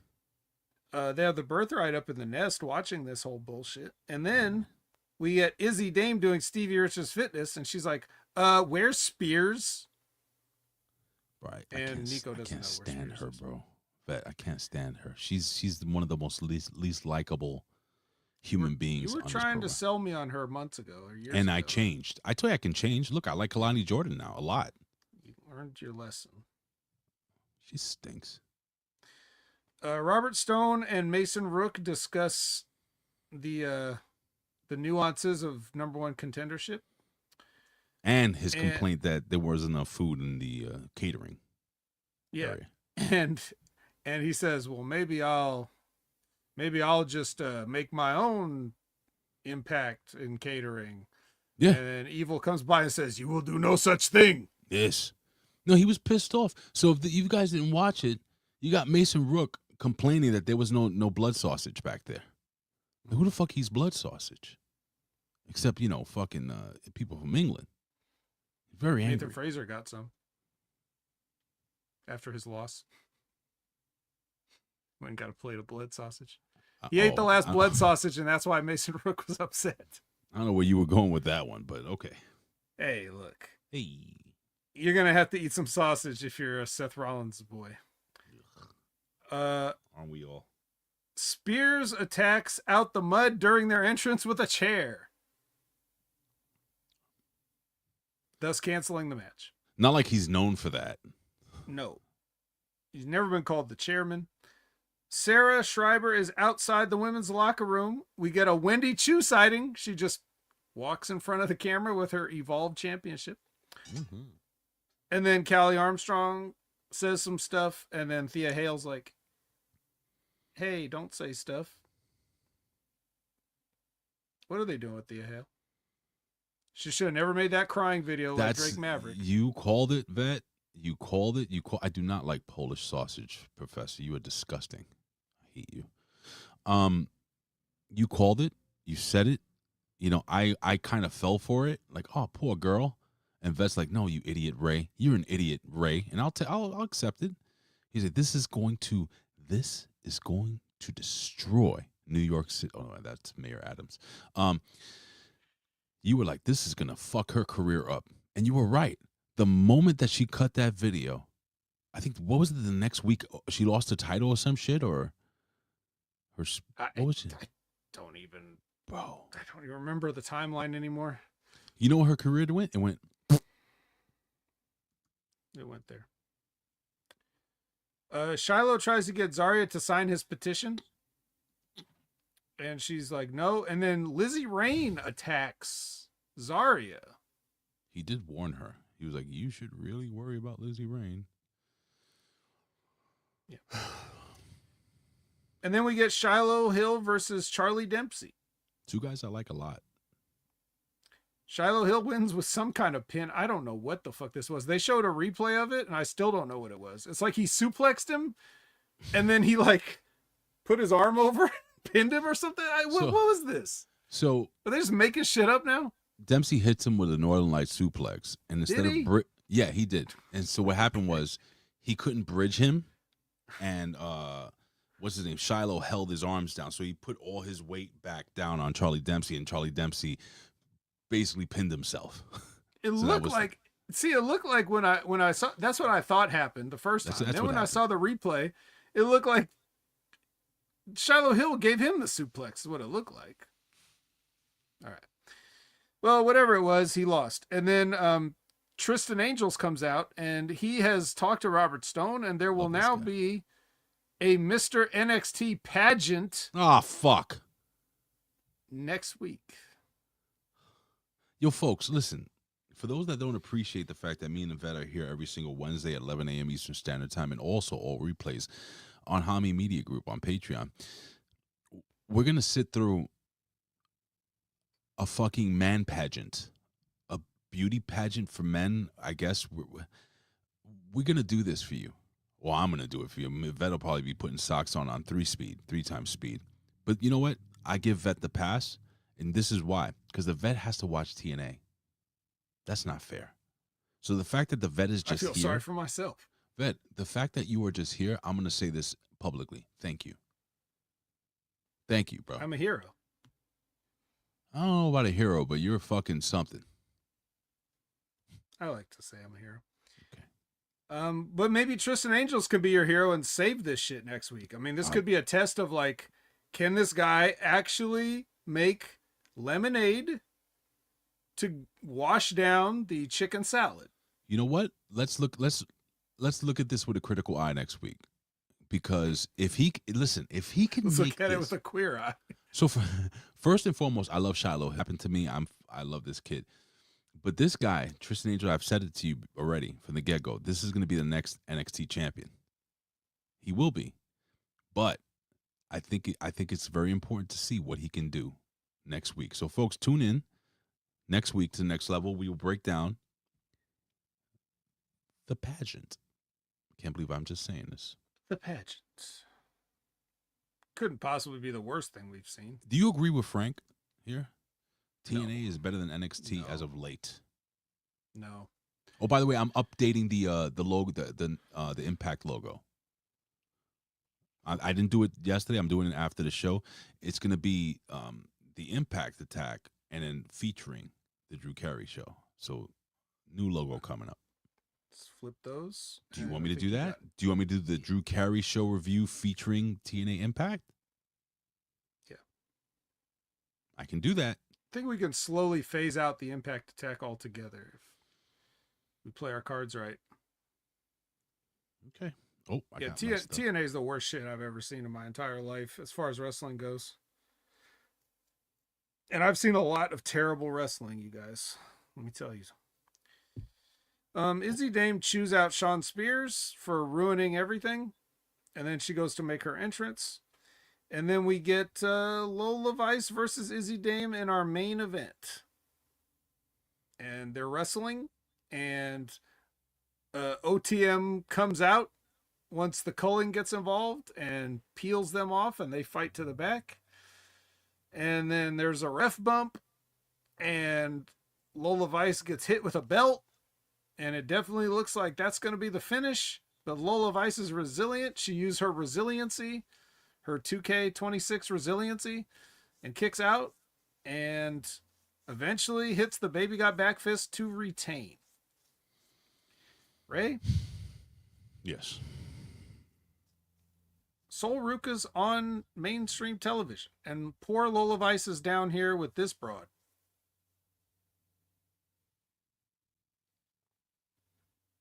I want you to, as people, look, I want to just say this, because it's not like I was ever like over the moon about Lola Vice. I never didn't like her. I always thought she had something, and she improved under my watch. Not that I had anything to do with it, just saying, since I've been watching, she's improved. We've been watching it together. She's improved. We've both seen her improve. She's got pretty much everything that you could want. Lovely, marketable gimmick, promos there in 2 languages. Sure. So what else could you possibly want? Now, as everyone is taking turns just dunking on Sol Ruka, or didn't she used to, was she one of the volleyball players? She was I don't know. Yes, I think, no, she spiking was on her. Whatever the term might be that they're doing to her, you can hear her getting it from all sides now because of how bad she is, and how it was a mistake to call her up, and how she sucks, and she's the worst, and everybody burying her. And I would like to take this opportunity to remind everyone that you can go back in the archives. You will never hear me praise Sol Ruka. I didn't bury her like these people are. I said she's a lovely young lady. Yeah. But you will never hear me say anything like Sol Ruka's the future, Sol Ruka's this, Sol Ruka's that. You'll never hear me say that because I never said it. It's almost like you know what you're talking about. Almost. Because I was fooled. I'm going to read you before we leave today this quick little text chain that, because it's very important. Okay, before you read that. Yes, sir. Let me just put a bow on the episode. Oh, yes, DarkState. DarkState leaves the building, cutting a promo at the camera. Yeah, DarkState, yeah. And in the background, perched like the Dark Knight. Made of half his shirt off. Half his shirt off. With no shirt. And Jada Parker's bandana. Saquon Sugars. I am part of a group text with Billy Ray Valentine and Colin. And it reads like this. It reads like this. This is real. Here we go. There it is. It says, "Yo, RBV, this dude Ray and the Vet are going to review a man pageant on NXT next week. Mad gay, yo. Mad gay. Gay emoji." And Billy Ray Valentine says, What's and the I gay quote, emoji? It's this one. Ha! Gay! Oh. Anyway. Okay, it just says that. And the last text was Billy Ray Valentine says, "Super gay. I knew it would eventually come to this. At least now they're doing what truly motivates them." Let me tell you something, brother. Nothing about NXT motivates either of us. So go fuck yourself.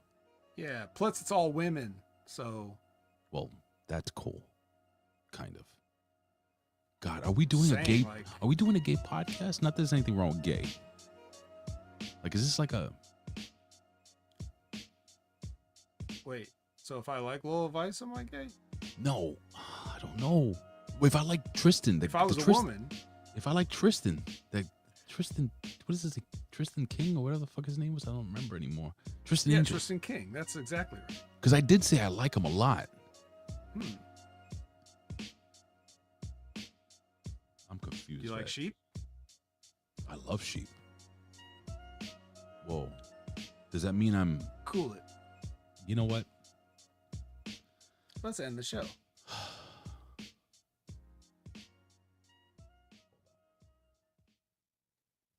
Lola Vice. Oh, I'm a boy. Latina. All right, Vet. I'm a chikorita. Let's Let's put over this shit and let's go home. What you got going on? Well, you can find me at Opinion Haver on all your favorite social media platforms, and you can catch me every Monday at 6:30 p.m. Pacific, 9:30 p.m. Eastern for the Drew Carey Show. This will be updated. As will be old updated. stuff. It's old Yeah. stuff. Even though I like this is very, I don't know. We'll see. Yeah, Brandon and I review episodes of Drew Carey. I think going forward, we'll be doing 2 episodes unless there's like some other reason why we wouldn't do 2 episodes that I can't think of right now. You have me this close. I've never seen one episode of Drew Carey Show in my life. And I don't know why you picked the Drew Carey Show. I told you why. I don't remember. But I do remember last episode where you discussed Drew Carey going to court. And it was, you know what? I may start watching the Drew Carey Show. Well, don't hurt yourself. But check out me and Brandon every Monday Night Live, 6:30 p.m. Pacific, 9:30 p.m. Eastern. Check out every Sunday at 8 a.m. Pacific, 11 a.m. Eastern, The Wreckage with myself, Jimmy T, and the Professor, the effervescent one. We talk about AEW. We're going to have a big episode this week. We talk about Double or Nothing. Oh, no. Double or Nothing. Was it the greatest pay-per-view of all time, like some of these people are saying? No. Find out on Sunday. We will never do Big Bang Theory, Frank Tesh. Why not? Never. Great show. That's one of my favorites of all The time. worst show ever made. Oh, fuck this. Can you do The Office? No. But you know, these are ideas that perhaps if we're looking to expand content for HMG's Patreon, and you want to put your money where your mouth is and make some premium content, that could be something that can be discussed. Yeah. So with that being said, check out Wrestling with Rip Rogers every Friday noon Eastern, 9 a.m. Pacific, with this past weekend special guest host Timmy Baltimore, who was also on the Monday Locker Room with RBV this week. Timmy. And who has Limpin' Ain't Easy of his own channel with new episodes just about every week. Timmy Baltimore, Limpin' Ain't Easy. Check that out. And of course, the Stevie Richards Show every Thursday. New episodes. Amazing content. So much stuff. Inside and outside of HMG. What else is there, Ray? I'm sorry. Somebody was texting me. Limpin' Ain't Easy. Stevie Richards Show. Just want to throw it up there. Of course, this is the Next Level Wrestling Review, folks. We're here live every Wednesday, 11 a.m. Eastern Standard Time. Now, don't forget to, this is a YouTube exclusive. It's the Hitting the Marks Pro Wrestling Podcast with our boys Rick Vickery and Michael Jargo. A Patreon exclusive only this week in WWE. And ladies and gentlemen, that episode is up right now. It was recorded yesterday. You can check that out. Don't forget, for a little bit of a craziness, you got HMG Insanity, the JCW review show with Jimmy and Brandon. Yes, folks. We have stuff like the Friday Locker Room. We have the Monday Locker Room, ladies and gentlemen. And of course, this week, the Pro Wrestling Reflection is back. And this week, folks, now, last week, they did What If Paul Heyman joined TNA in the 2010s. Well, this week, we're going to do Pro Wrestling Spotlight. And it is, now, I didn't pick the guys on this thumbnail. These were given to me. I wanted to put AJ Styles on this. But Pro Wrestling's greatest defections. And these were some of the names that were picked by the boys doing the podcast and the defections. Now, defections meaning people that are synonymous with a certain organization, and they come and they go to the other organization. So I wanted to put AJ Styles right in the middle, but I was told no by the professor. I think, in my humble opinion, AJ Styles is possibly one of the greatest defections, defecting from TNA, or you could say New Japan Pro Wrestling, over to WWE, and one of the greatest Royal Rumble debuts. But no, they picked Danny O'Brien and fucking Adam Cole. Adam And Cole? Christian, Where did Adam Cole defect from? I don't know, WWE, I guess. I don't know. He's more of an ROH guy to me. And you have Christian Cage for some reason. Well, I guess that's a pretty big defection. Of course, Lex Luger, probably the second greatest defection. So I think it is AJ Styles. I think he is the greatest, the most synonymous with TNA. He was the face of TNA, and him being defecting the WWE, the Royal Rumble, the Roman Reigns. Oh, who's that coming? And fucking I think phenomenal. it's Hall and Nash. Well, those are two people that were supposed to be on the thumbnail as well. Not enough room. I think we have enough room there. I think it is what it is. But neither here nor there, folks. Good question, Colin. Where's Eddie fucking Gilbert? That is an inside joke because for some reason Tommy Wonder thinks Eddie Gilbert is the greatest wrestler of all time. Anyway, with that being said, folks, we are out of here. Vet, thank you for tolerating NXT, still better than TNA. And next week we are going to be doing a full review of a man's pageant somehow, which makes this not only a woman's podcast, but maybe a gay podcast. Fuck it. It's 2026. Yeet. All I can tell you, sir, is that he's gay. Gay, gay! Wrong button. This is the Hustler Rip Rogers. Yeah, it's fucking me.